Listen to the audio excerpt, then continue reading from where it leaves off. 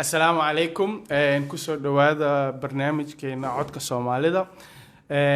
Maanta waxaa la joognaa Cabdiweli oo dhakhtar ah. Waxaan rabnaa inaan kala hadalno cudurkan coronavirus. Adiga goormi ahayd 3 week ka hor program sameeyno oo ka hadlayo cudurkan calaamadihiisa iyo sida looga hortagi karaa. Maanta inaan meel kale ka hadalnaa rabnaa, laakiin Cabdiweli hataa wax yar nooga sheegi kartid waxa sameeysid iyo cudurkan xaaladiisa intee maraysaa. Assalamu alaikum. Waxa la yiraahdaa Cabdiweli Cawil. Waxaan ka shaqeeyaa dhakhtarnimo oo ah qaybta maqaarka, dermatology iyo venerology oo ah cudurrada la isku geeyo oo dadka markay isku tagaan la kala qaado. laakiinse hadda 4 week ugu dambeysay waxaan ka shaqeynayaa qaybta coronavirus-ka oo Odense University Hospital. Marka cudurkan hadda 8 week ugu dambeysay Denmark waa wada aragteen kulligiin. waa cudur kala xiray oo consequences badan u lahaa shacabweynaha Denmark kaliya aan ahayn, laakiinse adduun weynaha dhan. virus-kan badnaantiin waa taqaan calaamadaha laga fiirsanayo oo koowaad ah dadka inuu ka dhibi karaayo neeftooda, inuu qufac yar keeni karaayo, inuu madax xanuun keeni karaayo, dadka qaarkood inuu dhadhankooda tirinayo. marka hadba sibuu dadku ugu dhacaya. marka maanta waxaan inaan ka wada hadalno maandooyinkan saan u fahmay. laakiin cudurkan sida looga hortago iyo calaamadihiisa iyo dad badan ka hadleen. maanta waxaan rabnaa marka su'aalaha badankood oo dadka ka hadlaan markii ayaga isla joogaan, laakiin TV-yaasha iyo laga soo deyninayo. waxaa ka mid ah dadku waxay dhahaan cudurkan wuxuu ka imaaday China, ka imaaday dad oo cunaan dooli iyo tiiri iyo waxaas iyo fitmer iyo dadna waxay dhahaan cudurkan dad sameeyay. marka adiga sidee u aragtaa cudurkan? wallahi kulli hal waxa la ogyahay oo la huba waxa waaye inuu cudurkan mid koowaad laga arkay China, Wuhan oo ku taala province-ka Hubei. meel uu ka imaadayna taas wallahi ma la hubo. qof kasta interest ugu jirta inuu dhaho dadkaas ka dambeeyay ama dadkaas ka dambeeyay ama cudurkan wuxuu ka imaaday xawayaan. marka taas wallahi waa maadooyin oo political culus waay taas. marka interest badan ku jira. marka shacab weyn ahaan kulleeba inaga taas dadka qaarkood khasab ku tahay inay isku dayaan fahmaan sabto ajendiyaal kale ka damayn kara. laakiin markuu cudurkan uu hadar uu jiro oo inagu aan la kulmayno maalin kasta sida inagu hadar iskaga dhacin karno aanu muhiimsan aan dhihi lahaa. okay. waxa ognahay sida cudurkan looga hortagi lahaa. wadanayaasha badankood way kala fikrado kala duwan leeyihiin. hadda Denmark iyo Sweden is ag dhigtid sidii u rabaan inay u xaliyaan way kala duwan tahay. marka maxaa keenay marka inay Denmarkna iyo wixii oo dhan xirxirtay, Swedenna ay furfuran yihiin? taas labo in loo kala qaybiyo saan u arko. waxa waa mid siyaasadda ah oo dawlad kasta sibay rabtaa inay isku tusto shacabweynaheeda. midda labaadna waa dadka wax fahmay oo kala yaqaana caafimaadka iyo xisaabaha iyo physics oo sameyn kara xisaabaha oo la arki doono inta ku dhici doonto iyo oo interest rate ku jira oo dadka economic dalka iyo maadooyin badan laga kala garkalaa. laakiin haddii loo fiiriyo wadan kasta waxay hadhowdii ugu xiran tahay waxaan la dhahayo community social immunity la hard immunity ama hadda wixii la kala dhigi karo oo la fiirinayo hadhowdii dad intee qof buu ku dhici karaya cudurkan oo sidee baan iskugu dayi karnaa inaan u istaajino isagoon dad badan dhibaynin ama cusbitaaladana hoos u dhigaynin. marka strategiga la isticmaalo dhib bay noqonaysaa sababta haddii la isku kala fiiriyo Denmark oo kaleeto iyo Sweden waxaa la arkaa inta cusbitaalada taalo si fiican uga badan tahay Denmark. haddeer 2,000 oo qof ayaa ku dhintay in ka badan Sweden. Denmark waxaa marayna 400 oo qof meelahaas haddii la fiirsho inta qof ku dhacaya halkii milyanba Sweden waxaa umalayn inay tahay adeer xisaabaada la sameeyey oo la dhahay waxaa dhici karto dad badan inay Sweden ku dhinteen laakiin haddii la isku fiiriyo populationka yani meeqa qof ku nool Sweden iyo meeqa qof oo Denmark ku nool way isku dhow yihiin yani taas farq weyn uma dhaxeeyo u dhaxeeya sababtoo Sweden hadda waxay maraysaa 200 oo qof in ka badan inay ku dhintaan marka 3 jibaar qof ay ku dhinta halkii milyanba markii la isku fiiriyo Denmark iyo Sweden laakiin strategigan dib waa in la kala dhaho hadda inta soo qof ku dhimatay Sweden ama inta qof Denmark ku dhimatay marka strategiga Denmark oo ka fiican yahay taas dib waa sababtoo waa in la fiiriyo moogtahay maadadan sanado ama sanad iyo bar ilaa 2 sano marka wadanba wuxuu dalbaday waxa la fiirin karaa sanado ka bacdi wana fiicanta in saan arko in wadamada waxyaabo istaraatiijiyo kala nooc ah inay dalbadeen sababtoo hadda data badan aan ka keenayna oo data sadoo laga keenayo hadda ka bacdi loo isticmaali karaa yani waxa in labo fikrado kala duwan ay ka qabaan way fiicantahay ilaa hadhowtii wixii soo baxa la ogaana ilaa labada case waa la fiiriyay hadda Denmark waxa lagu haysto waxa waaye cudurkan sidii looga hortagi lahay wasaaradda caafimaadka ma ka dambayso waxa ka dambayso siyaasiyiinta Sweden haddii la fiiriyo waxa ka dambeeyo hal nin ka dambeeyo oo ku takhasusay mawduucan marka maxaa sidee u aragtaa adi marka waa maada dhib badan sababtoo ani haddaan usii fiirsho strategiga ani doonan lahaa oo anila shacbiyana u fiican yahay waxa waaye kan Sweden maxaa dhacana oo kan Sweden ugu fiican yahay kan Sweden waxa ugu fiican yahay haddii shacbiyana ay maqlayaan dawladooda oo strategiga Sweden la qaato laga yaabaa in bilawga inta hore dad ka badan ay dhiman karayaan laakiin haddii la fiiriyo waqtiga dheerka ma umalayna in strategigooda uu ka liito kan Denmark wadankoodana 100% ma xiraayaan sababtoo xiritaankan kaliya ayaa waxyaabo kale keeni karaya shaqaalaha iyo dadka economigooda iyo waxyaabahaas si xun uga dili karaya marka taas si fiirsho hadda maxay ahayd Sundhedsstyrelsen kuwa caafimaadka qaabilsan wasiirka caafimaadka waraaq u qoreen ay dhaheen qasab ma aha wadanka in la wada xiro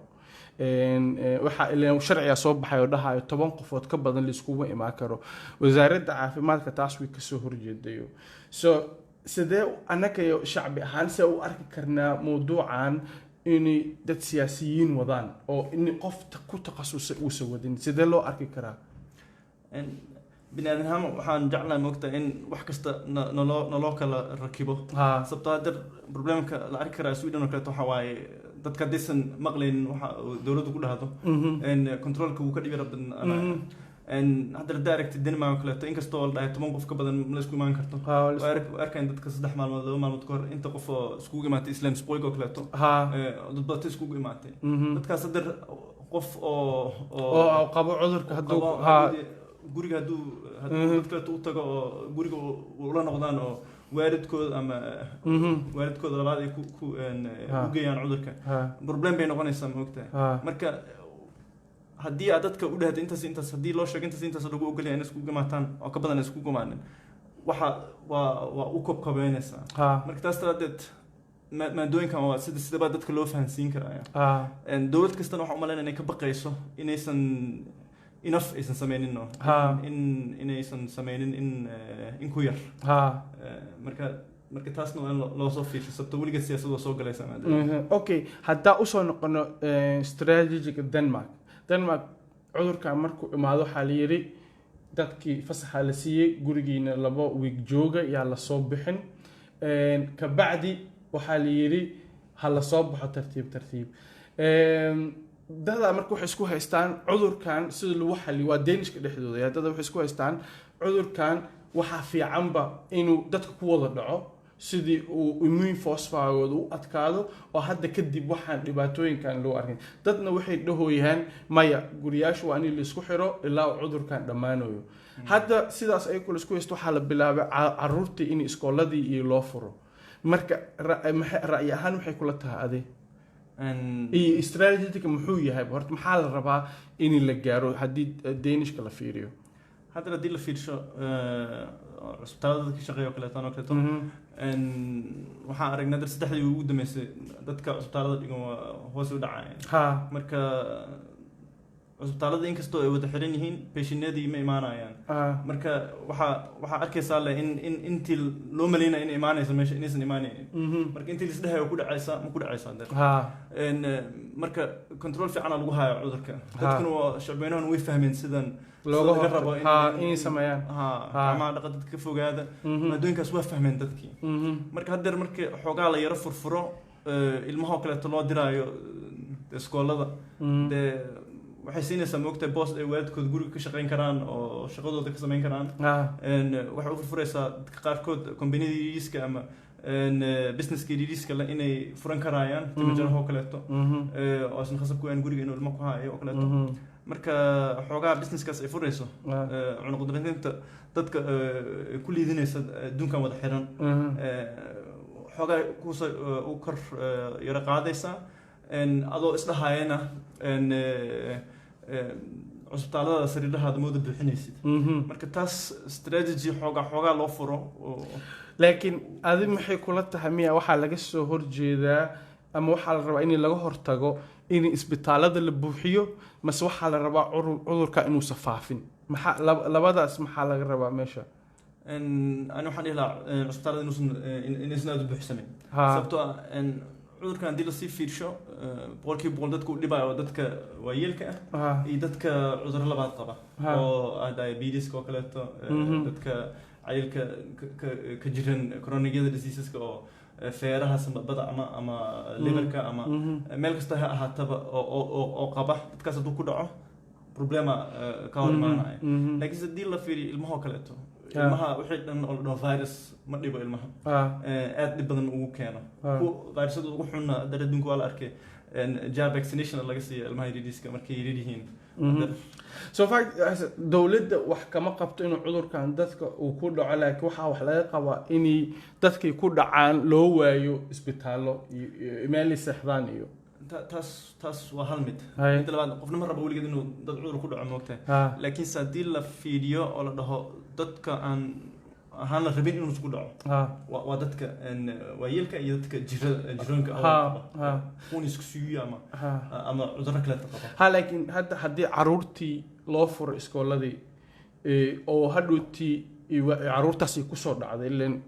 way dhici kartaa waxay ula imaanayaan iyo waalidkii oo dhici karo inay jirooyin qabaan ama inay waayeelo yihiin so isla meeshiiyo waayo ama dadka dhan ha loo furo ama caruurta leh ha loo furo caruurtaani wadadaa dhalayo dadkaasna way u imaanaysayo so lama dhihi kara miya marka cudurkan waxa keliyoo la rabaa inay isboosaska isbitaaladu dadka iisa buuxinin laakiin way u fiican tahay dadka inay ku dhacdo si ilan immune force-waagaagii aad keenaysaa iyo sidii dad dhahayeen oo ku takhasusay waxaan haddeer sidaan waran kule baa darja Korea waxay la imaad South Korea waxay la imaadeen baaritaan dhahayaan dad baan mar labaad ka helnay cudurkii South Korea dar wanaga horeysa moogtay aan wanaga horeysa sababtoo iyaga bil iyo barmeelaas laba bilood waa naga horeeyaan cudurku markuu ku dhacay markuu inagana soo gaaray marka iyaga waxay arkayeen hadda ka hor dad ay cusbitaal ka dhigeen oo ku laba noqonaya ma hubna taas weli inay saxsan tahay sababtoo ah inaga waa inaynu soo gaaro moogtahay datadaas marka laga yaaba talyaaniga inay naga hormari doonaan ama Spain oo kaleeto inay naga hormari doonto iyagana soo sheegayaan waxa u eg maadooyin u eg inay isla dadkii arki karayaan sababtoo markaas waa inaan fiirino cudurkan inuu yahay cudur haddii uu hal mar kugu dhaco uusan kugu soo noqonaynin oo hadduu hal mar kugu dhaco oo aadan dadka kasii qaadsiin karin hadduu mar labaad kugu dhaco aadan kusoo gaaraynin laakiinse hadday tahay wax kusoo gaaraya hard immunity ama flock immunity ama hadbasnaan dhahno inuusan waxba noo noqonaynin taas weli ma hubno laakiinse haddii la fiiriyo virus ahaan siday ahaato hadduu hal mar kugu dhaco ma kugu soo noqonayo hadduu kugu soo noqdona dee waa virus cusub oo isla family amal sida influenza virus oo kaleeto marka haddii saas ay tahay de waa inaan waddanka intuu xirnaan karo ama sidii loo xiri karo u xirnaado oo hadhowdii la sugo ilaa intii vaccine ka imaanayso. vaccinahaas hadhowtee usoo noqonayna ilaa mawduuc weyn oo in laga hadla la rabay. haddaan fiirino wixii nambaradii ugu dambeeyay ku saabsan coronavirus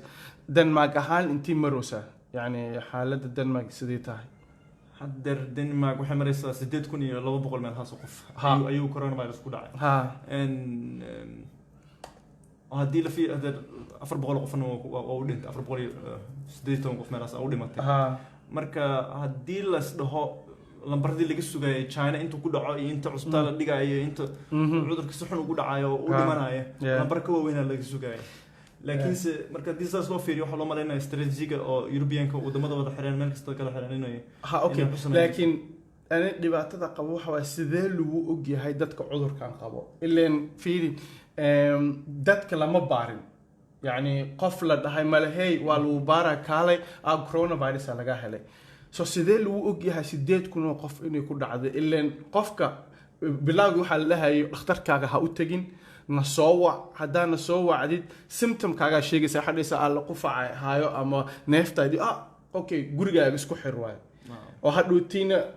waxa loo statistic waxa lagu qorayo coronavirus waayo so sidee lagu og yahay dadkii ku dhacday iyo dadkii u dhinteen taas wallahi ma la hubo sababtoo dad badan ku dhacay waa la dad badan ku dhacay oo aan weligood la baarin oo symptomska xataa aad u lahayn oo iska xogaaya dhunta xogaa yara xogaaydiisa dhunta dhibsan tahay laakiin ka badan arkay kuwa waxa arkaysa dhahay madaxa la xanuunay laakiinse New York ayay fiiriyeen hadda data cusub ay soo saareen dhowr maalmood ka hor New York 3,000 oo qof ayay waxay ka qaaday dhiig oo la fiirinayo antistoffa ama antibodies waxa la dhaho oo la fiirinayo inuu cudurkan kugu dhacay oo dhiig la qaaday waayo 3,000 oo qof 13% meelaas ay ka heleen New York marka waxa la dhahay hadii lambaradaas loo fiirsho gadaal oo la dhaho dadka dhan lagu faafiyo la dhaho waa sample-diisa laga qaaday shaqeeyna oo la fiiriyo New York dhan sidee bay tahay waxa la New York waxa ku dhacay meelahaas ilaa 3 milyan oo qof 2 milyan iyo 700,000 oo qof ayuu ku dhacay marka lambar weyn waay ma ogtay hadii lambarkaas la ag dhigay inta qof adduunka dhan laga helay waa isku lambar sababta adduunka dhan 3 milyan ka yar ayuu ku dhacay hadda marka waxa taas waxay ku sheegaysaa in dad badatay ku dhacay laakiin aan lambaradaas lahaynin laakiin markii hadda TV-ga iyo saxaafadda ay qorayaan intaasoo qofay ku dhacday yani wax la hubo ma hayo waa wax loo maleynayo waayo dadka taas inay fahmaan waa qasab iyo haddii la sii fiiriso weliba haddii la dhaho epidemic ama faafa cuduradan dadka badan ku wada dhaca haddii la sii fiirsho oo markasta la dhaho influenza oo kaleeto nagu imaatay waddankan Denmark oo kaleeto dad badan ku dhaca 10% hal mar usoo galo uu ku dhaca marka haddii la fiirsho 10% waddankan dalka oo dhan waa 500,000 oo qof ma ogtahay oo ku dhow 500,000 oo qof ku dhaca markaas pandemic marka la dhahona ka badan uu kusii dhaca marka waddankan la wada xiray hadda sanadkan oo kale waxaan arkaynaa influenza oo dhacay ilmihii qofci ku dhacay iyo virusyadii ku dhacay ilmaha ma la arkayo hadda cusbitaalka dadkii imaanaya oo chronic obstructive lung diseases dadkan sigaarka cabaya noloshooda dhan cudurada ku dhacay waxaas oo dhan ma la arkayo sababtoo dadkii waa kala fog yihiin moogtahay marka cudurada la kala qaadaya hadda waa yaraatay marka istaraatiijiyadan wadamada la xirayo kulli hadda saas waa u shaqeynaysaa laakiinse in lambar waaweynaaday oo aan la arki karin oo aan la tirin inay jiraan taas labada gees yani waxa dhici karto 8,000 ka badan inay ku dhacday ama ka yar inay ku dhacday soo wax la baaran ma waxan iyo 8,000 waa dadka la helay waay Denmark waa dadka la baaray oo la helay laakiinse waxa la ogyahay dadkaas la baaray oo la helay inay dad la degan yihiin cusbitaalka dad badan la soo dhigay hadda oo laba qof la deganaa guriga oo labadaas qof xataa mid laga helay oo qof kale laga helin oo qofka laga helay uu xataa suntan uusan lahayn ma fiiri ina wax isla fahmnaa fiican markii lagu soo qorayo journaalka iyo waxa sida intaas qof ku dhacday ma aha dad la baaray badankood dad la baaran ugu jiraan oo laga helay laakiin waxa laga hadlayaa cudurkan intuu ku dhacay intuu ku dhacana waxa waaye intii adiga dhakhtarkaaga wacaysa waxaa dhehaysayo hey waa qufaca ahaayo madaxa liga hayaa waxaa lagu leeyahay markii xaaladaada isii xumaatona soo wac haddana markaas ka bacdinayo wixii symptomkiyaa laga helayo symptomkaasna wuxuu noqon karaayo coronavirus noqon karaa qufacu noqon karaa wax kastuu noqon karaayo statistic waxaa ku jira marka in intaasoo qof oo coronavirus ku dhacdayo coronavirus la arkaa waa dad la testgareeyay waa kaliya laakiin soo xajira inuu dad badatay oon la testgareeyay oo cudurka qabanin taasna waa la helaya laakiin lambarada marka la dhaho 8,000 Denmark waa 8,000 uu ku dhacay laakiin inkastoo 8,000 kaliya ay tahay Denmark intuu ku dhacay waa hubnaa inuu lambarkaas ka weyn yahay laga yaabo 10 jibaar inuu yahay okay موضوع لبعض كحل ربنا حواي مركا معلومة صحافته حلقة آخرنا أو بيتي وحلقة آخرنا نختار أول أو كشف أو فيديو هوسبيتال أو ده عذر كان دتك وبدن وكل عوا حواي وأجنبية أدينا يوميلو حكي شقة ساي دتك يكون على كانوا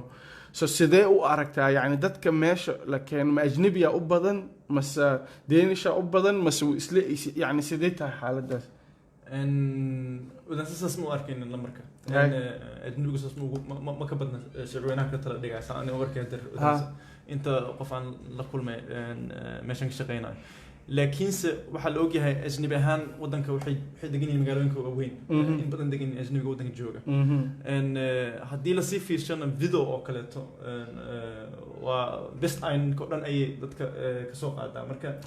hospitaalka coronavirus oo best ayn ka ah oo meel ajnabi u badan yihiin waayo ajnabi badan degan ajnabigaasna kuwa badan oo waxa degan oo cudurrada chronic ah diabetes waa cudurro wadnaha cudurro shafafka ah marka taas waa la soo kulmay amba sabta hadda goor ka soo shaqeyn jiray gulusta hospital oo isla oo aad uga fogeen oo isku shacbiyana isku yara degan yihiin areadaas marka wax igu cusub ma hadana mid labaadna waxa waaye in dhaqannimaduna taas waa u maleynaa inay maada kamid ay tahay haddii la fiirsho kaleeto Talyaaniga iyo Spain oo kaleeto dhaqankoodu waa ka yara duwan yahay wadamadan westiga ah oo Denmark, Sweden iyo Norway iyo oo qaarkood ayagana uu ka yara duwan yahay sababtoo xagga familiyadu isla degan yihiin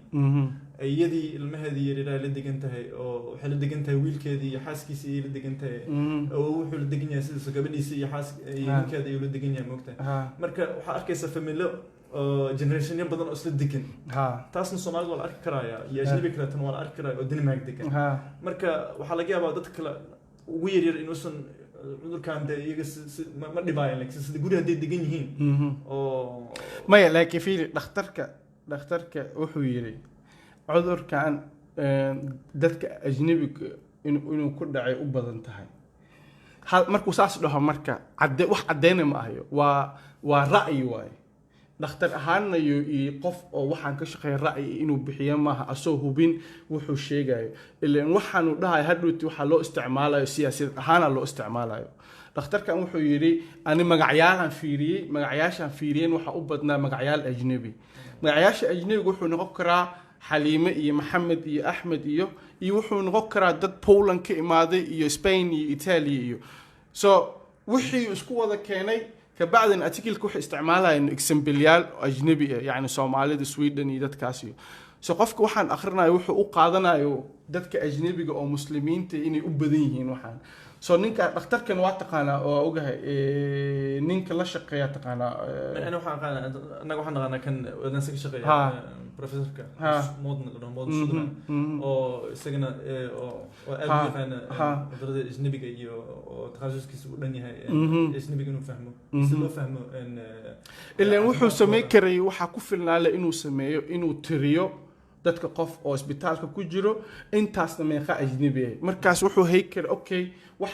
lagu bilaabo heykar laakiin hadda TV-gi uu soo istaagay wuxuu yiri ajnabiga u badan hadda maxaa la sameeyay marka waxa la yiri waxa inaan bilaawno waa in ajnabiga test gareyno ama aan baarno إن نصيب كنا جاينا مدقنين هذه لك جاينا سيدي ذاتك ولا دقامنا يعني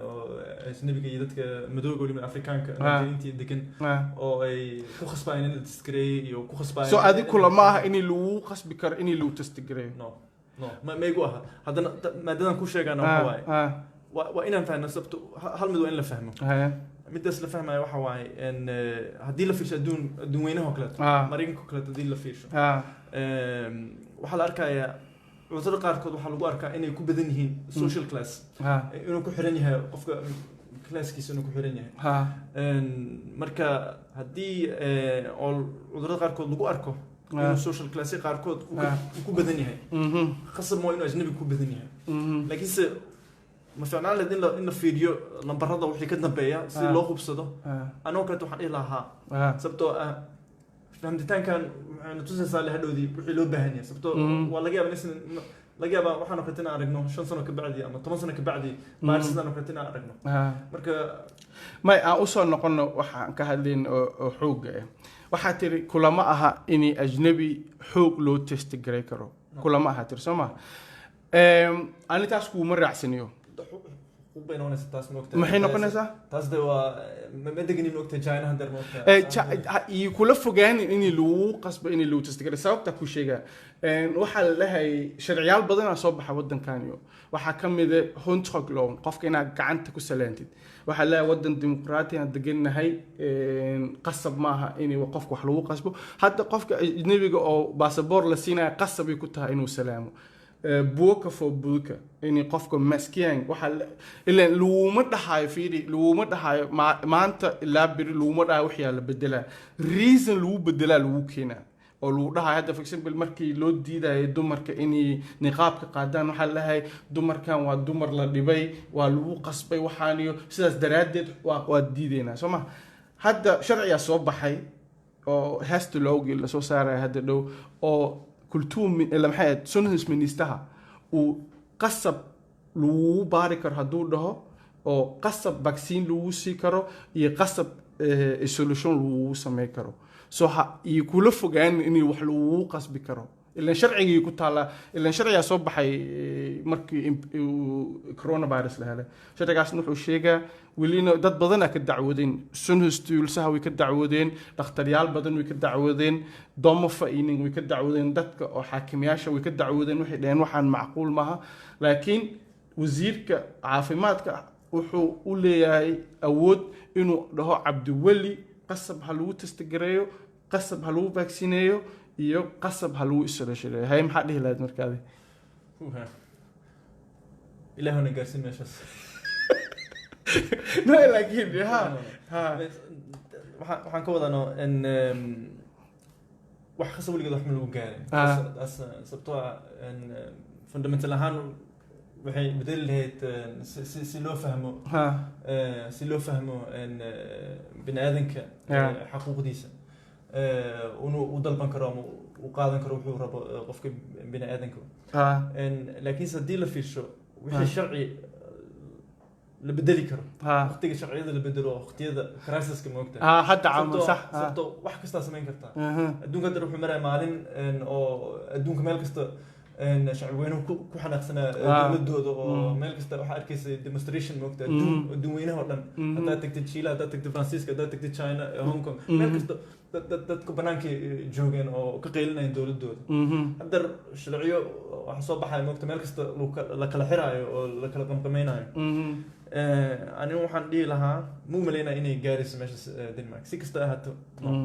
muu maleynaa laakiinse waxaas leeyahay in ajnabi ahaan ma xumo inaan fahanno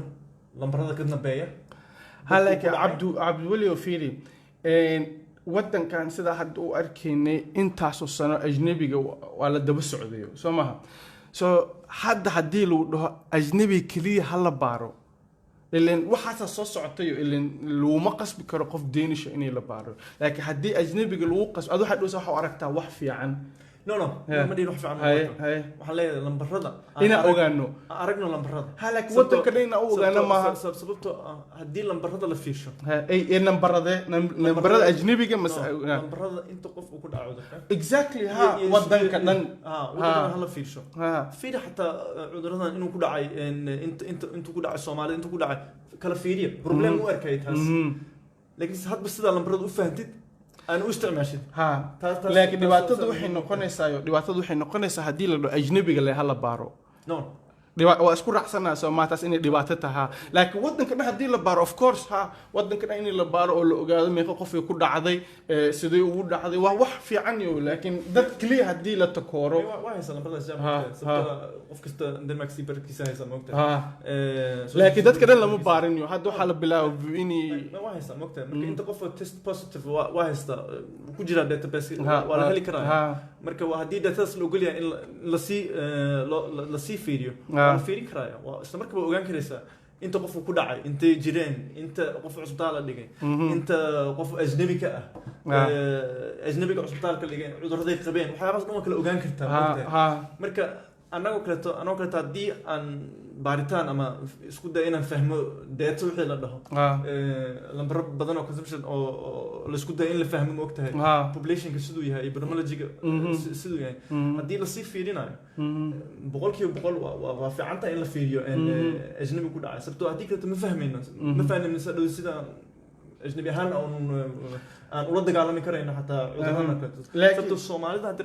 Soomaalida haddaan aragno Denmark inaga jaa waa ka hor muuqan moogtahay wixii ka dhacay Sweden jaa waa ogeyn inaga taas Soomaalida Denmark markiiba waa isbedeshay hadda ileen dadada waxay dhahaan Soomaalida saan waaye wax ma fahmeen laakiin Soomaalida dadka ugu horeeyay masaajidada in la xiro in meelaha la isku imaado la xiro soo dad wax maqlay wiina dad kastana dad fiican iyo dad xun buu ku jiraan laakiin aan waxa rabaa qaybta siyaasadda wax yar inaan ka hadalno ileen qaybta oo maxay ahayd caafimaadka iyo yani waa wax laga isku raacsan yahay hadda waxaa la bilaabay mawduucan coronavirus in loo isticmaalo siyaasad ahaan oo taasna waa kula huba inay problem tahay laakiin siyaasad ahaan ani waxaan dhahaa waa jecla moogta in la fahmo datada la helo moogtahay hadda si loo isticmaalo taas waa fahmi karaa laakiin datada heshid waa inaad sharci wanaag wax ugu samayn kartid laakiinse hataa saas u fiirisid waa okay laakiinse weligaa waa arki doonta dad agenda kale wax kasta oo la dhaho haddii la dhaho Panelvamon sharciyadaas way jeclaan lahayd oo kale too maleynaa sharci ku darsata xataa sharci ku darsata sharciga wuxuu dhahaa mataqaana waxay tiri ayadii Danish Folkeparti New Hast loogu waxay ku darsadeen inii qofka ajnabiga oo corona criminality sameeyo inii wadanka laga saari karo corona criminality waxa waaye mataqaana waa ina xadid bahalkii waxa la hay waa problem isbitaalka meel badan ku xiran yahay moogtahay waa imaanaysa meesha waxa arkaysa laakiin waxay u isticmaal hatta سنس minister wax badan loo qoray ajnabi ma aha laakiin wax kastii sameeynayaan shirkadii in siyaasad ahaan u isticmaalaan aan waxa ka cabsanayaa marka hadii la dhaho ajnabi kaliya hala baaro ama Soomaalida kaliya hala baaro ama dad kaliya la takooro hadhowti xisaabi waxa halkaas ka soo baxo in dadkaas lagu isticmaali karo ileen hadii waxaan la rabo in dadka la caawiyo waa in dadka wadanka dhan la kala saarin oo dadka dhan la baarayo waliba xataa waxa maalin journal waxa ku qornaa in his listen iyo Radikale Venstre way ka soo horjeesteen sharciyaashan badankood waxaana keenaysa waxay dhaheen waxay bilaabeen inay u isticmaalaan siyaasad ahaan loo isticmaalayo sababta dii aragta dunka dhan sharciyada hadda la imaanayaan waxa waa sharciyada si kasta qofka bini aadanka xuquuqdiisa yareynaya sababtoo hadda markii sharci cusub lagu soo tuuro waa sharci xuquuqdaada la yareynaya wax kale tamo taas waa inuu hubsado marka inkastoo waxaan ikraastaa hadda soo gelinaysa xataa sharci waxa jirta ma ogtahay waqti period la sidii oo sameyn karta dhig karta inta hadda crisis kan 6 bilood soo socda sana kala dhahayna sidii hadda kool waaragta sharciyada la sameyn jiray visitations loo camalay ay sameeyaan la dhahay dadkii meelahan areadan ku aragna markasta waa istaajin karnaa waan ka baari karnaa ubiina wax ku jiraan sababta waxaan ka baqaynaa bandit kan minsa taasoo kaleeto sharcidaas oo military ah oo kaleeto okay oo corona ku xiran oo sharci weynaha dhan u wada xiran yes laakiin haddii la dhaho waa sharciyo kaliya loogu talagalay ajnabiga markaas ina fahano waa sida loo keenay ajnabiga looma dhacayo cabdiweli oo Soomaaliya asagaan baarina ma lagu dhahay waxa la bilaabaa dhakhtarkan camal oo Vido Hospital wuxuu dhahaa ani waxa ila tahay ajnabiga u badan waxa imaanaya Matthias Tesfaye iyo kuwa kale ajnabiga waa inay la baaro ajnabiga ma la baaro markii la baaro 30% amala corona qab waa inay sharciyaal loo sameeyo saasi ku soconay sheekadayo ileen isla markii looma dhahayo hala sameeyo waxa sheekadan waxa soo galaysa vaccine hadda Denmark waa wadanka kaliya oo qofka vaccine lagu qasbi karo sharciga uu sheegayo waay vaccine intii maruusa ma la helay ma loo dhow yahay yani sida u socota xaaladeeda badnaan sano ilaa 2 sano laakiin se interest badan ku jira vaccine kan sano ilaa 2 sano laakiin se asam sanahay interest badan ku jira vaccine kan sababtoo qof kasta wuxuu rabaa inuu noqdo kan ugu horeeyo oo keena ma ogtahay marka taas laga yaabaa in xogaa soo yiri laakiin se si kastaba ahaato vaccine-ka waa process badan ka soo baxo marka hore waa inaad marka hore laboratory ku sameeysid markaas ka bacdo waa inaad dad ku baroweysid nooyo xawayaan ku baroweysid markaas xawayaanka weyn oo ku sii baroweysid markaas waa ku sii baroweysid dad inay ugu baro dad jiran inaa ku baroweyso dhowr qof camal hadhowda afirisid maxay ka keenaysaa oo side effects markaas ayaa heli karaysaa vaccine weli interest ku jira tan kaliya muhiim ogtahay vaccine badan aan jirin ogtahay hatta waa aragtay dhowr sano ka hor TB2 waxa ka socday ogtahay OPV vaccine oo program ku weynaha ah oo markii programkaas dadka shacab weynaha la tusay oo la arkay dad badatay inaysan bilaabin inay qaataan vaccine kan marka weligeed vaccine interest ba ugu jiray dad badata adduunkana shacabweynaha u dagaalama in adduunweynaha dhan la vaccine Bill Gates oo kale oo aragtan marka horta Bill Gates ma dhakhtar asaga so vaccine uga shaqeeyaa marka iyo dadka ugu la taliya inay vaccine-ka iyo qaataan iyo ilaa ninka dhakhtar ma Microsoft ka ogeeyay muxuu yahay asaga philanthropist dadkan moogtahay hadii aad lacag leedahay adduunka ku furan yahay moogtahay marka hadii waxa isku daysan sameeyso wax fiican isku dayso waa sameynaysa moogtahay second project vaccine noqotay hadda gabara wixii qortay vemeden qaris lungebetændelse vaccine der blev tilbudt til udsatte borgere og ældre over 65. Ved du noget om det? Gratis lungebetændelsesvaccine. Jeg ved ikke hvad for en det er hun specifikt mener. Mit specifikt over domohobi. لكن سوولي قد ان انفلونزا فاكسين وحي ان 16 سنه قاري اما كوين ولي قد انفلونزا فاكسين حقوق بوليهين يهدي اي عذر كرونيكا قبان او غير لونغا الى كول الصومالي كو شيء كوتري ترجمه كرتي كرونيك لونج ديسيز الصومالي مو واقعي لكن هو سيجار عبي وقت بدن markay xoga yar weynaadaan wax ku dhici kara diabetes ko kaleeto hadii kaleeto cudurrada chronic waxa laga yaabaa in cudur chronic hepatitis ama liver diseases ama waxyaabahaas ku dhaceen dadkaas kulligood waa leeyihiin vaccine ka oo laakiin waa influenza virus ani benti waxaan rabaa inaan ka hadalno maxay ahayd ani waxaan dareemayaa dadka Soomaalida in ayaga dhibaato isku keeni doonaan ilaan hadda waxa la sugayaa vaccine la sugayaa vaccinahaas يعني سيدا شكتي حيوانا لو بروينا مركز بني آدم أنا إلى مفوق إني بني آدم لو قصب إني لو بروي سومالي ده مركز سوشيال ميديا في رسيد أيكو قايلنا على سومالي ده ورك ماما قلان عذر كي اسكو دارتين دات كاسو يعني وحله بين قفل برأي يشيغو لكن ماشان رأي ومبهنيو إلين هدي أذيك waxun iska sheegtid media iyo ileen dad waxay dhahan yani Soomaalida hadalka ma maqlaan Soomaalida iyo dad fiican way qabaan dad xun way qabaan dad madax adag way qabaan sida Deenishka camal Deenishka hadda Islands Brogge inta isdhigaan ayagoo kumanaan qof isuul isla qaadanaa Soomaalida ayakiya wixii dadaan waxay aaminsan yihiin iyo hadii Soomaalida kaliya la baaro ama ajnabi kaliya la baaro maxay dhib tahay database helena taas no. taas waa kasoo horjeeda Oh, hadda yes, yes. so in laisla fahmo waayo waxaan yani dadkaaga dhibaataha usoo jiidanayo dad badan aan dhahayeen dad badan oo Soomaaliya u dhinteen cudurka see ku ogtahay inta soo mash see ku ogtahay in cuduryaasha u dhinteen dad waxay dhahaan alla Soomaalida xaasidiin waa cudurkii isku daaranayaan isee ku ogtahay yani dadkii shaki iyo dadkii isna caayayo bulshadii Soomaaliyeed iska soo horjeesanaysa isna ayakii kala cabsanayo intii isla hadli lahaayeen oo isla taxadari lahaayeen so hadalladaas adigu ma ka maqashay Facebook iyo meelahaas no saas ma maqlin laakiin wax xubaa leh shacabna Soomaalidu wallahi markii loo sii fiirsho hadda coronavirus-ka sidii laga soo maqlay sidii loo maqlay Sweden problemada Soomaalida qaarkood qabsaday kulliba Denmark isla markiiba si fiican ay u duleeshay Soomaalida Denmark oo si kasta ay sameysay kulliba dad badan saas ma ugu dhicin saani waqaano lambarada oo aan la kulmay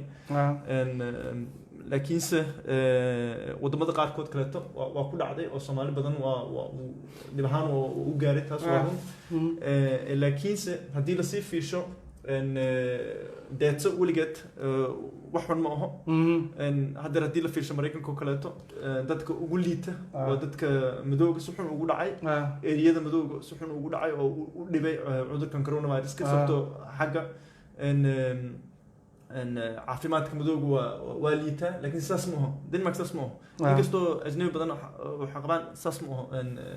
dalkan marka weligeed si kasta ay ahaato haddii la dhaho qofka ajnabi waa khasab in wax laga fiiriyo taas weligeed waa kasoo jeedaya wixii dad Soomaali iska hadlaana horta laakiin dhimashada haddii xataa geeska diinta laga fiiriyo bisha ramadaanka ka hor muslimiin badana dhintaan iyo dad badana dhintaan dadka ramadaanka gaaray dadka ramadaanka gaarayna la kala saarayo yani wax diinteena ku jirto waay so dad badan dhintaan way dhici kartaa laakiin sidee lagu ogyahay waay in corona daraadid u dhinteen taasna waa muhiim adigana waa isku raacsanahay maxay ahayd in daataha ay fiican tahay laakiin in group la baarin oo shacbiga dhan la baaro isla gabadhiya waxay ku soo qortay maadooyin kale oo arkaa moogtay hadda waxa laga yaabaa qof inuu cancer xun u dhimanayo marka hadduu coronavirus uu ku dhaco kaleeto waa in lagu qoro hadhoodiina corona u dhintay corona maadada uu dhintay ka mid ahayd moogtay marka taas ku too laga fiican yahay laakiin waa in la xasuusto hadda coronavirus hadda media badan attention uu helayo sababtoo waxa weligeed inuu la kulmin laakiin haddii la fiirsho inta qof gaajo u dhimatay inta qof gaajo u dhimanaysa hadda ma la isagdhigi karaayo jaa hadda 2 milyan ka badan ay u dhimatay intuu coronavirus ka jiray gaajo oo kaleeto marka maadooyinkaas oo kaleeto la iska indhataraya moogtahay 200 kun oo qof u dhimatay Allah naxariisto wixii laakiinse waa in la kala fiirsho moogta weligeed intee bay buuxidgeedu yahay intee qof wax gaarsiinaysa Nadia waxay ku soo qortay undskyld fordi jeg har prøvet at forklare om den til den ældre somalier udsatte i min familie. Der er flere, der siger, Emil, nu du kan opfordre dem bedre, end jeg kan få dem til det. Regeringen har sagt, at der blandt andet er det udsatte dør af efter min... Kan du sådan, komme lidt ind på det, sådan, hvad hun mener med det? Waxay ka wada daa udsatte halkan waa dadka nej wixii ka hadlaysa bilawgii wixii kala hadashay